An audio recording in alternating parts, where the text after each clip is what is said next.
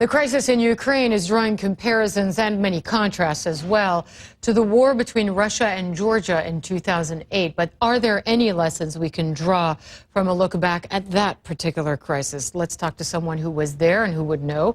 Batu Kutelia is a former deputy defense minister of Georgia and a former ambassador to the United States, I should say. He joins me now from our Washington studio. Thank you, Ambassador, for joining us. So you were in Georgia in 2008. You were in the government when the war with Russia happened, those very bloody 5 days in Georgia. When you see what's happening right now in Ukraine, do you see a similar situation? Yes, clearly there are a lot of parallels, but if we put these two events in a broader context, there are a long tail of events that preceded the war in Georgia and the Ukrainian crisis as well, an invasion in Ukraine. And these are the different methods of the pressure that Russia and Putin's regime resorted on exercising on these sovereign countries, on its neighbor, like using economic embargo, using energy embargo, and eventually then resorting to the military force. So what do you think will happen in Ukraine, and how would it be different from what happened in Georgia in 2008? Do you think that Russia will consolidate its control or its grip on Crimea, that it will be a fait accompli eventually? First of all, I think international community should not allow Putin to assume some kind of status quo and claiming some part of the Ukrainian territory, so revising the borders.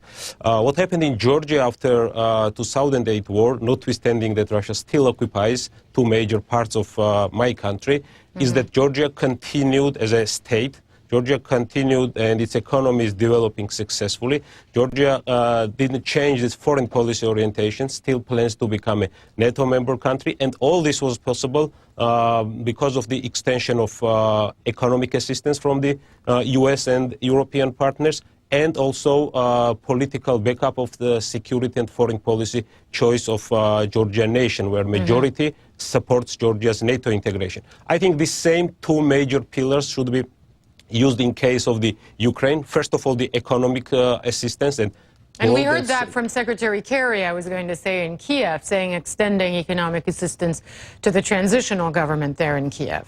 Yes, economic assistance is important twofold. First of all, actually it's important for the economy and for the Ukrainian people, but secondly, to diffuse so-called the perception that Putin and the Russian regime tries to impose in a post-Soviet space, that democracy or democratic choice means economic chaos.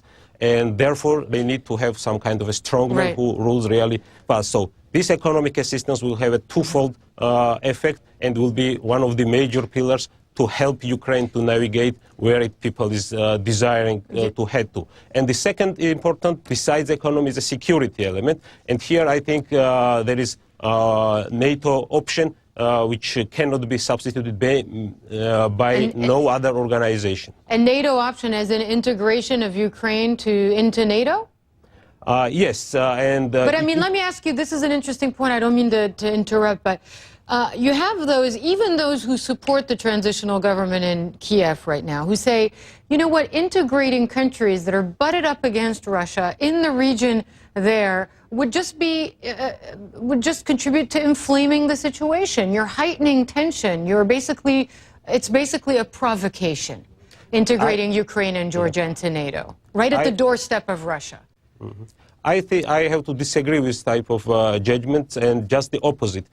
Georgian and Ukrainian integration into NATO will diffuse the tensions.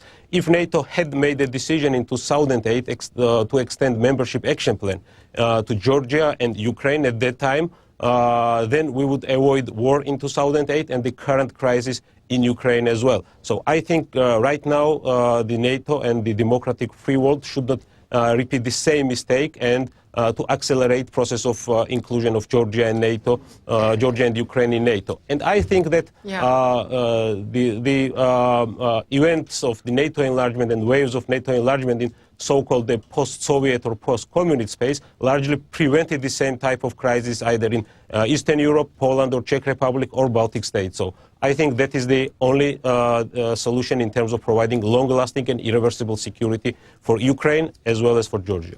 Batu Kutelia, the former Deputy Defense Minister for Georgia, joining us from Washington. Thanks very much. Thank you very much.